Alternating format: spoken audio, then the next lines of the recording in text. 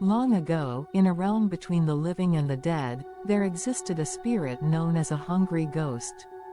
This ghost had an insatiable appetite, a craving that could never be satisfied. No matter how much it ate or drank, it was always left hungrier than before. The ghost's torment was endless. Cursed with a tiny mouth and a stomach as large as the world, nothing could ever fill the void inside it. Yet, despite its pain, the hungry ghost could not stop its pursuit of more. One day, the hungry ghost saw a grand feast in the distance, more food than it had ever seen before. It raced towards the meal, desperate to fill its aching belly. But the more it consumed, the emptier it felt. As the ghost devoured the feast, it began to panic. "Why am I still hungry?" it thought. "Why can't I ever be full?" It ate faster and faster, hoping that the next bite would finally bring satisfaction, but each bite only made the hunger worse. The ghost's hunger was not just for food, but for everything: wealth, power, approval, and possessions. Yet no matter how much it chased after these desires, it remained unsatisfied, always wanting more. One day, as the hungry ghost sat in despair, a wise monk passed by. Seeing the ghost's torment, the monk stopped and asked, "Why do you suffer so?" The ghost replied, "I am cursed. No matter what I do, I can never be satisfied. I eat and I chase, but I am always left wanting more."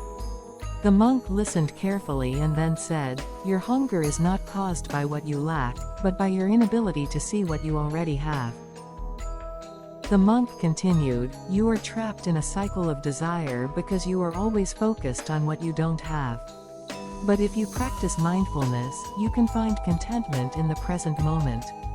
Instead of chasing after more, be still and appreciate what is already within you."